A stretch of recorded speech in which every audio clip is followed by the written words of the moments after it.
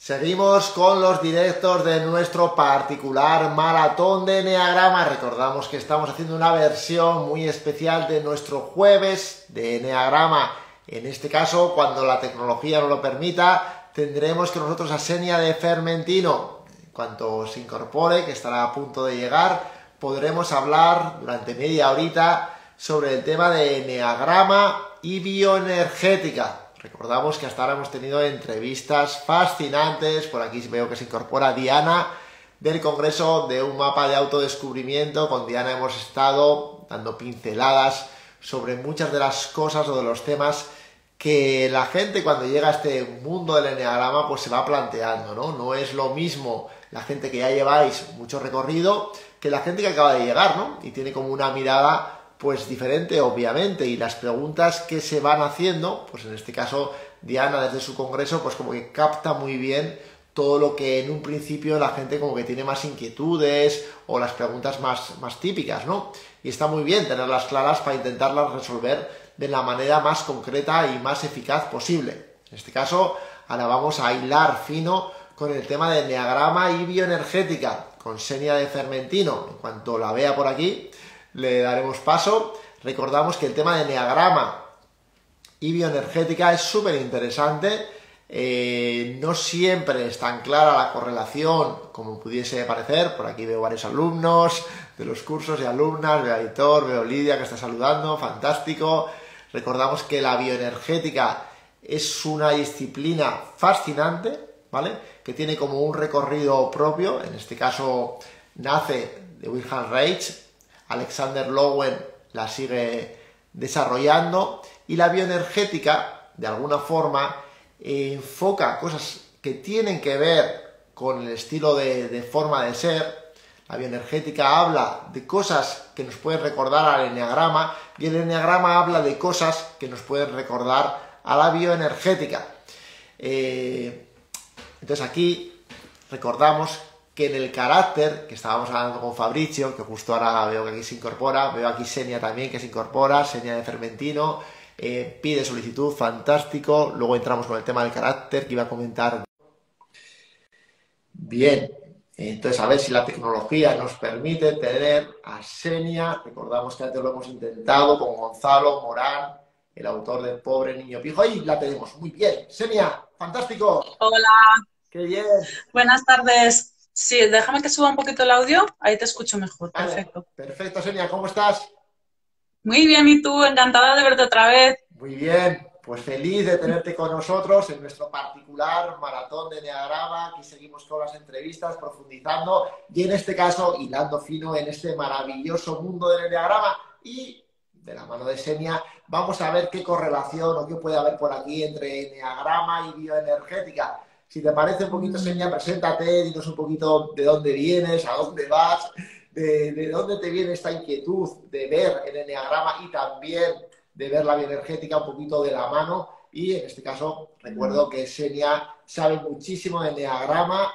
Nosotros, bueno, los dos somos ateros, nos conocemos bien. De hecho, he tenido la suerte de estar en la formación que ella imparte, o sea que es muy recomendable. Cuéntanos un poquito antes de empezar con el tema, háblanos un poquito más de ti. Bueno, pues yo empecé en todo este mundo con una formación en psicoterapia Gestalt, especializada también en adolescentes infantil.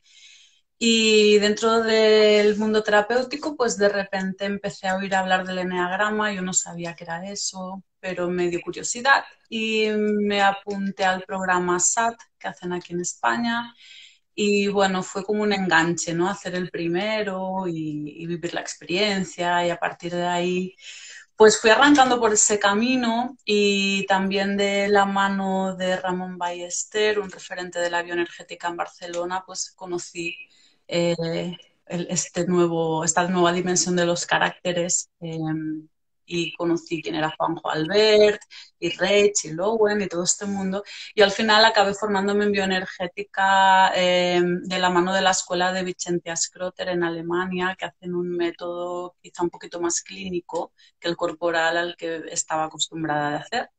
Y ahí es donde realmente crece mi curiosidad por ir a la psicología del desarrollo de los caracteres. Y la relación principal que yo veo en todo esto es que dentro del eneatipo, dentro del eneagrama, hay mucha curiosidad por identificarse, si soy uno, si soy otro. Pero yo creo que hay que ir un poquito más allá, a buscar por qué me fijo en uno y no en otro, por qué tengo un tipo de carácter y no otro tipo de carácter. Y ahí es donde entra la bioenergética, ¿no? Desde el punto de vista de en qué momento de mi infancia yo he creado un trauma, una herida con uno de mis progenitores y eso me ha hecho adoptar unas ciertas actitudes que han generado unas corazas energéticas en mi cuerpo, que ha hecho que yo crezca de una manera, con unas defensas particulares, con unas reacciones concretas, con unos miedos concretos y unas defensas que he desarrollado para sobrevivir en el mundo cuando soy un niño ante esos miedos, y eso va haciendo mi estructura caracterial. Y de ahí es donde aparecen los conocidos 5 caracteres de la bioenergética que efectivamente se relacionan con los 9 eneatipos. Fantástico, ya veis que la introducción es muy clarita de seña en este sentido. Aquí recordamos que hay palabras clave que pueden tener matices, por ejemplo, el tema del carácter. De hecho, algunas de las cosas que estamos ya hablando con Senia también las hemos hablado con Fabricio en la entrevista que hemos hecho hace un ratito. Y el tema del carácter, de alguna forma, por ejemplo, Claudio Naranjo lo utilizaba indistintamente personalidad, carácter. En general, cuando él hablaba, le venía una o le venía otra. Yo creo que tampoco le hacía especial distinción. Sin embargo, cuando hablamos de carácter en general, yo creo que está bien como centrarnos en que el carácter viene más de la bioenergética o también lo que nos ha explicado Fabricio, ¿no? Que de alguna forma ese temperamento con el que venimos al mundo más este carácter que se construye dan como resultado una especie de personalidad que adopta el ego. Bueno, pues por aquí habría diferentes formas de verlo. Exactamente, exactamente, ¿no? Yo ahí siempre cuando explico digo que una cosa es el carácter, que es lo que tú dices, ¿no? Que se estructura más desde la herida, desde la bioenergética, las defensas que desarrolla cada uno. Y otra cosa son las habilidades sociales que una persona utiliza en su desarrollo, en su crecimiento, en su comunicación con el entorno, que es lo que le va a dar una personalidad. Eso es lo que le hace único e irrepetible. Si todos fuéramos iguales, si todos los E1 o los E2 o los E5 fuéramos iguales, pues sería un poco aburrido, ¿no? Cada uno, al fin y al cabo, comparten cosas, pero cada uno tiene su propia personalidad. Eso también hay que distinguirlo, es importante. Fantástico. En este caso también importante esta mirada a la infancia que tiene también la bioenergética. En el diagrama a veces se trata, a veces no. En el caso de Fabricio se trata con mucha precisión. En el caso de Claudio va dando como un poquito de bandazos. A veces entra, a veces no entra. En el caso de la bioenergética es como muy claro que hay unas heridas concretas que igual, en mi opinión, se precisan con extrema de tal año a tal año pasa tal, de tal año a tal año pasa tal. Bueno, puede ser, puede no ser, pero lo que es importante es que tengamos esta idea de que en la infancia obviamente se desarrollan esos traumas y esas corazas energéticas aparecen. En este caso también estamos hablando de 5 caracteres, la bioenergética, pero con una particularidad de que el quinto carácter, el rígido, tiene 4, en una especie de 4 subtipos o 4 variedades, con lo cual terminamos teniendo 9 y es muy tentador hacer esta mezcla entre enneagrama y bioenergética. Danos una pincelada un poquito de Exactamente. este tema. Exactamente, así como tú dices, ¿no? Yo quería apuntar 2 cosas importantes que se han ido desarrollando en los últimos estudios más modernos sobre esto, ¿no? Porque, claro, estamos hablando que partimos de unos libros de Lowen y Reich que son de principios del siglo XIX, ¿no? Todo esto, ahora estamos en el siglo XXI, pues la psicología ha ido evolucionando mucho. Y 2 cosas muy importantes es esta que dices, ¿no? Se fijan unas edades, pero cada niño tiene su desarrollo y sus tiempos de desarrollo y puede ser que fije un carácter en una edad que no sea la estipulada en los libros, ¿no? Por un lado. Y luego también, últimamente, a mí me gusta mucho darle una perspectiva de género a todo esto, ¿no? Cuando hablamos de si hace la herida con el progenitor del sexo contrario o las niñas con papá o los niños con mamá. Al final, lo que acaba pasando en las familias que tienen 2 mamás o 2 papás es el tipo de energía, ¿no? Hacen la herida con el progenitor con el que sienten la energía más seductora para ellos, ¿no? El tipo de sexo más seductor para ellos. Ahí es donde se van a ir a fijar. Independientemente en el caso de que sean 2 mamás, pues si el hijo es hombre o mujer, pues siempre va a ir a buscar de esas dos mamás la que para él es más seductora, ¿no? Y ahí es donde va a hacer el Edipo, el apego y todo esto que dicen. No tiene por qué ser siempre o con papá o con mamá. Fantástico. Y hablando de esto, pues nombrar un poquito, ¿no? Los 5 tipos de caracteres, los voy a nombrar en función de cómo se van generando. Empezamos con el que se hace en la más primera infancia, que lo estipulan entre el momento incluso previo al nacimiento y los 3 meses de vida, que sería el carácter esquizoide, relacionado con el NA tipo 5. Siempre hablo de relación porque no tienen por qué coincidir. Después, entre los 3 y los 6, 9 meses de edad, hasta los 18 meses de edad estamos en la fase oral del bebé. Ahí es donde se va a fijar el carácter oral que se relaciona con el NA tipo 4. Entre los 18 meses y los 3 añitos estamos hablando del carácter masoquista, que es el que se fija con el NA tipo 9. Entre los 3 y los 5 años, los 2 caracteres psicopáticos, que aquí ya empezamos a hacer como 2 caminos, ¿no? En función de cómo se fije esa herida, el niño podrá ser un psicopático obsesivo, que se relaciona con el ENA tipo 6, o un psicopático histérico, que es el que se relaciona con el ENA tipo 3. Y ya llegamos a los 4 rígidos, como tú bien dices, que ahí es donde los relacionamos con el 1, el 2, el 7 y el 8. Perfecto, ya veis que es muy importante la palabra relación. Es decir, no Sí, estamos siempre, diciendo que en ningún siempre. momento que todos los 5 son esquizoides. Eso, aunque hay por La ahí gente que lo mayoría, dice, la mayoría, pero no todos, eso es. ¿no? Ahí pueden haber variaciones, hay unas más comunes que otras, como un masoquista oral, o un 4 masoquista, o un 2 psicopático, bueno, o un 4 esquizoide, ¿no? Se pueden ir haciendo, depende cómo cada uno también haya podido gestionar y haya sabido sobrevivir a su herida. Pero sí que es verdad que la mayoría de los esquizoides son 5, la mayoría de los orales son 4, pero no tienen por qué ser todos, ¿no? A veces cuando me preguntan, es que yo he leído mucho y me veo muy en el 3, pero me veo muy masoquista. Bueno, es que puede ser, ¿no? Que tu herida sea masoquista y que a nivel NA típico pues te relaciones más o te identifiques más con el 3 que con el 9. Pero eso ya son, como digo yo, fórmulas individuales donde cada uno tiene que encontrar la suya. Perfecto. Aquí es muy importante recalcar que el libro de Juanjo Albert, Ternura y Agresividad, es fantástico. Es como la Biblia Uh-huh. del tema, pero a la vez que es fantástico y además es genial que un libro tan completo esté por escrito, documentado con esa precisión, a la vez hace como una relación aparentemente demasiado estricta entre un eneatipo con un carácter de la bioenergética. Entonces yo creo que en este caso está bien como saber mucho de ese libro, leerlo, volver. Es un libro difícil de leer, no está escrito como los de Joan Garriga, por acá rápido, pero es un libro interesante e imprescindible si os interesa este tema. Pero como tener estas particularidades que bien nos dice Senia, que son muy importantes.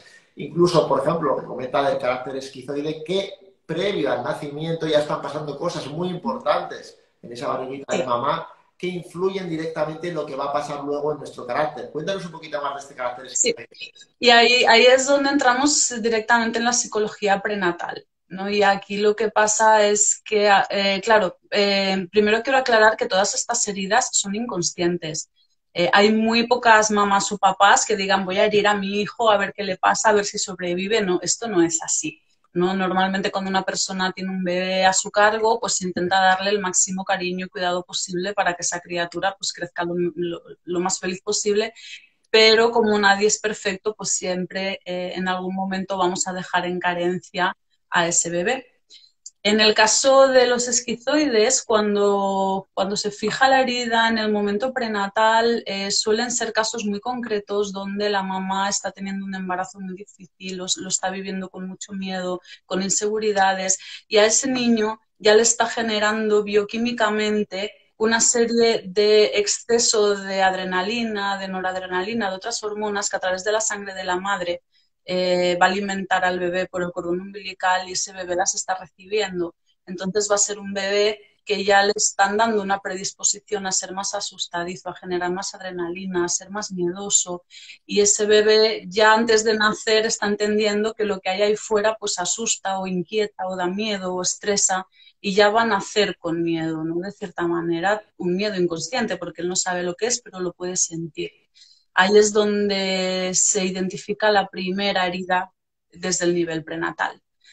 Y de ahí nos podemos ir directamente a la última, que lo sitúan entre los 7-8 años de edad, que son los rígidos, ¿no? Que es donde el niño que ha podido ir superando todas las etapas de todos los caracteres y no se ha fijado en ninguno, pues llega a fijarse en el rígido, que es el último, que curiosamente se llama rígido porque es donde el bebé más corazas tiene o el niño más corazas tiene, porque en cada uno, para superar cada uno de los anteriores, ha tenido que ir generando corazas nuevas, ¿no? Y es el más rígido porque es donde llega más tenso corporalmente. Qué bien.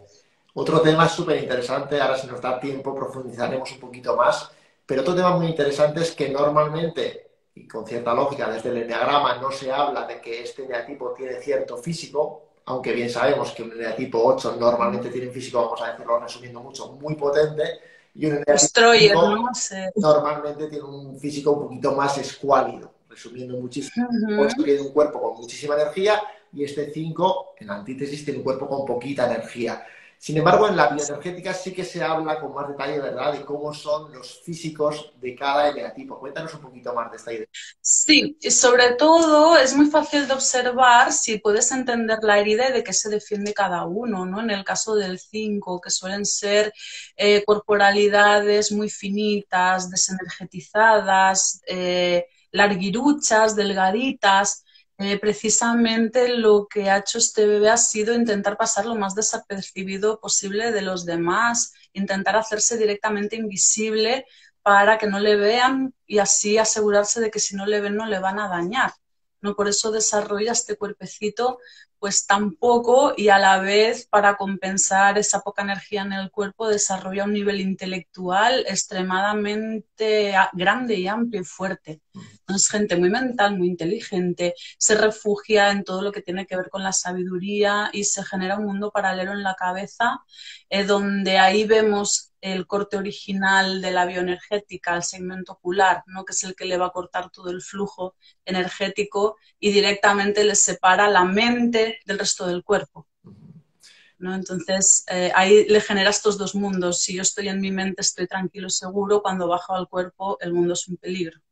Fantástico. Nuevamente, en la antítesis de este físico nos podremos encontrar un cuerpo más redondito, más grandote, del eneatipo 9, que normalmente puede coincidir con el carácter masoquista. Y digo normalmente porque el carácter masoquista no es exclusivo del eneatipo 9. De hecho, muchos cuatros, por ejemplo, y Claudio ya lo decía concretamente en el carácter Sí. y neurosis, está también esta parte de masoquismo en el eneatipo 4, sobre todo, en mi opinión, en el 4 conservación. ¿Cómo ves este carácter?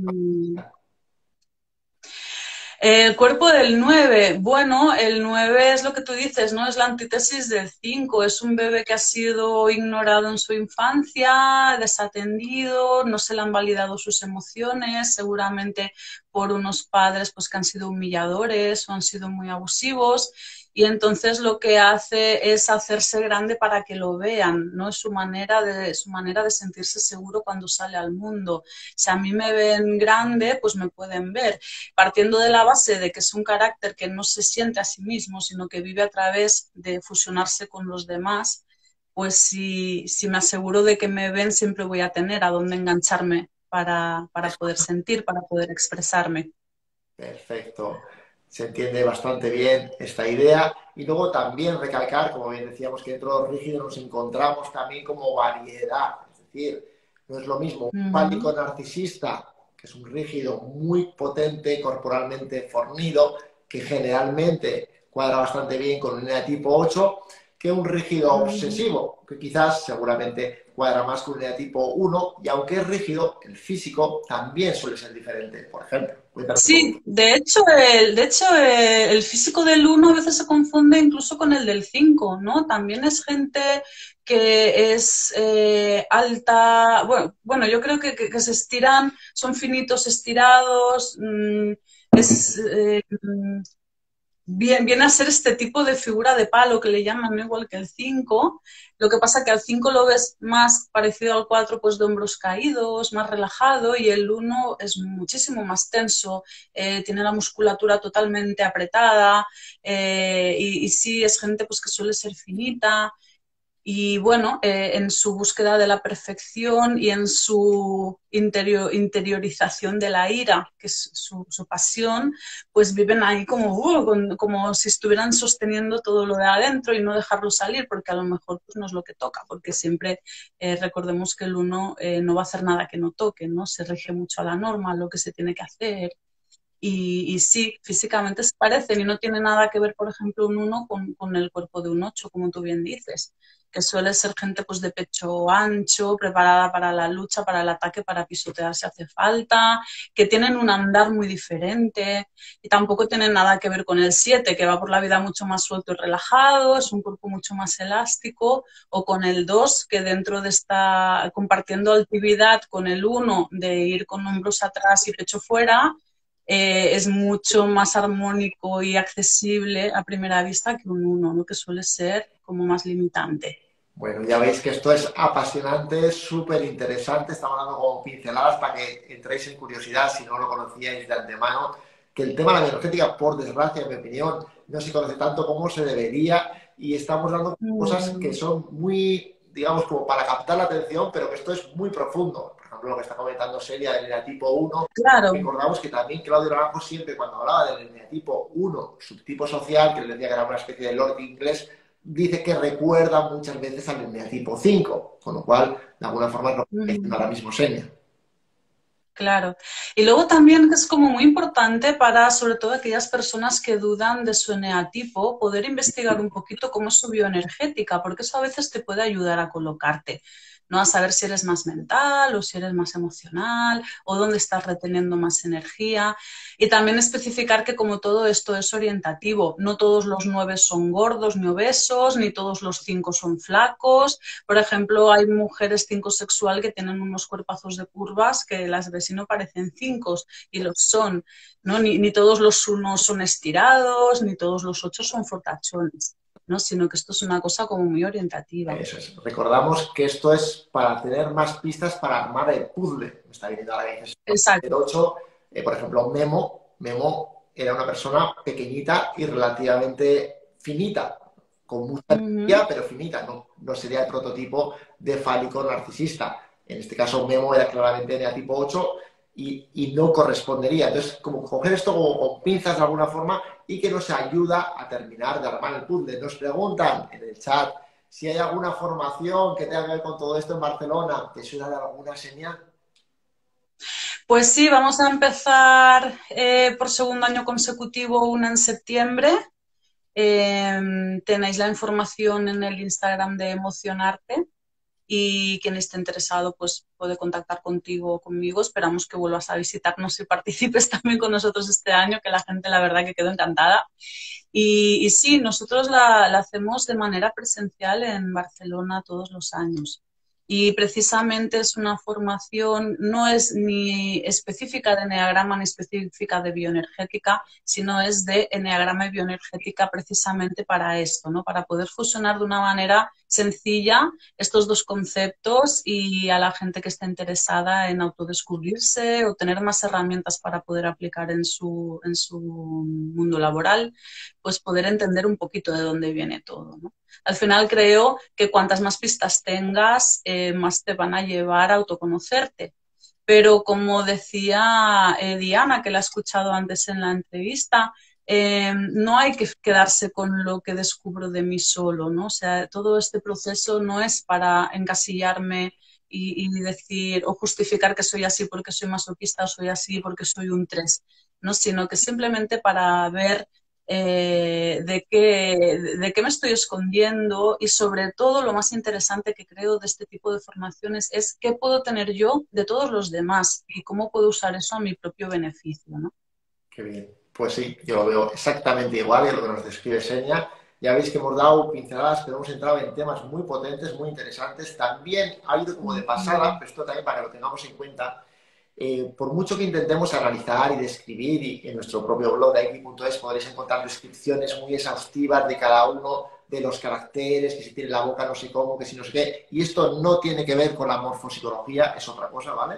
Pero hacemos estas descripciones que más o menos pueden cuadrar con lo que Lowen Reis dijeron en su día, con ligeras variaciones. Lo importante es que muchas veces en lo presencial, de repente vemos cosas que no se pueden explicar muy bien en la teoría. Nos decía Senia, ¿cómo pisa un 8 y cómo pisa un 5? Es que no tienen nada que ver. La energía con la que nos movemos. Si estamos en presencial y ponemos una música, simplemente con poner la música ya veremos que habrá eneatipos o caracteres que se moverán de una forma y se moverán de otra. Obviamente influirá el tiempo que lleven moviéndose o la vergüenza o la vergüenza que tengan, pero en general muchas veces tenemos ciertos caracteres rígidos más en el centro, veremos que se mueven con mucha más intensidad y otros que andarán como por las esquinas intentando esconderse y pisando casi ligeramente, incluso siendo relativamente grandotes. Entonces todo esto pasa en lo Sí, presencial. sí.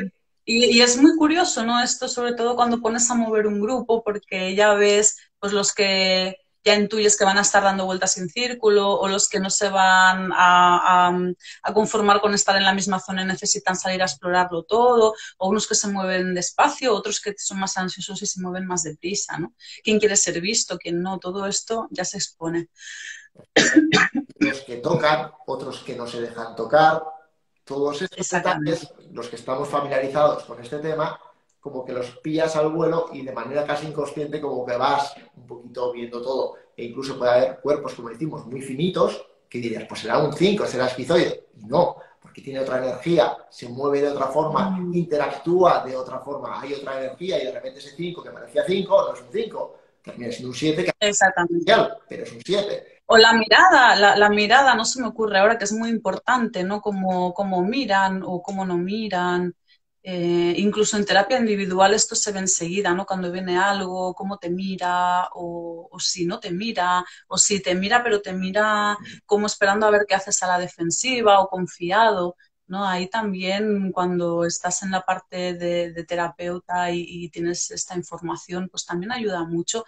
Sobre todo, yo al menos lo utilizo para poder ayudar a la persona a avanzar en su proceso, ¿no? Si puedo intuir más o menos por qué tipo de carácter se está moviendo, pues me va a ayudar a descubrir cuáles son sus debilidades, dónde le puedo potenciar más y sin decirle nada, porque esto cada uno tiene que descubrir lo suyo, porque es una cosa que siempre te dicen, ah, ¿sabes de enneagrama? ¿Yo qué soy? Bueno, tú tienes que intentar saber tú qué eres tú, ¿no? Pero sí que es verdad que ayuda a agilizar mucho los procesos personales. Fantástico, esto de la mirada es brutal. De hecho, podemos decir que Mm, incluso hay una especie de mirada esquizoide o un 6 sí, no mira igual desde ese miedo que un 8 obviamente, que tiene una mirada mucho más retadora. Solo con las miradas ya podríamos ir haciendo, trazando un ligero mapa. Y aquí es importante claro. que no nos despistemos con esto, pero que sea otra vez otra pista que nos ayude a armar este maravilloso puzzle del carácter y la personalidad. Senia, muchísimas gracias por tu tiempo y por animarte a estar en el Un placer, maratón. un placer. Bueno, recuérdanos por último cuál es vuestra formación para que la gente pueda inscribirse y dónde te pueden encontrar. Sí, lo tenéis en el Instagram de Emocionarte, emocionarte.psicoterapia, tal cual suena, y ahí tenéis la información, ya están abiertas las inscripciones y bueno, esperamos tener ya un grupito dentro de poco para en septiembre a la vuelta de vacaciones ponernos en marcha de nuevo. Genial, Senia, pues ojalá pueda volverme a pasar por vuestro maravilloso centro que además es precioso. Un Es abrazo. verdad, claro que sí, te esperamos Muchas gracias, Senia. Y bueno, a ti. por aquí seguimos con nuestro particular maratón de Enneagrama en nuestro jueves de Enneagrama, aprovechando que el sábado tenemos, que es el Día Internacional de Enneagrama, queríamos hacer como esta especie de fiesta un poquito especial. Ya veis que está siendo muy interesante, hemos tenido algún contratiempo con la tecnología, pero creo que a Fernando Erdmann lo tendremos a las 21:00 española, ¿vale? Entonces ahora tenemos a Ichazo, ¿vale? Y entonces vamos a hablar de una especie de, vamos a hacer como un homenaje de su sobrino hacia su tío, a Oscar Ichazo, que os va a encantar. Y estaremos como media horita, como están siendo todas las entrevistas. Bueno, ponerme por aquí corazones o algo, que llevamos aquí mucho rato y no veo muchos corazones. Ahora sí, ahora ya veo muchos. Ponerme corazones, algún aplauso.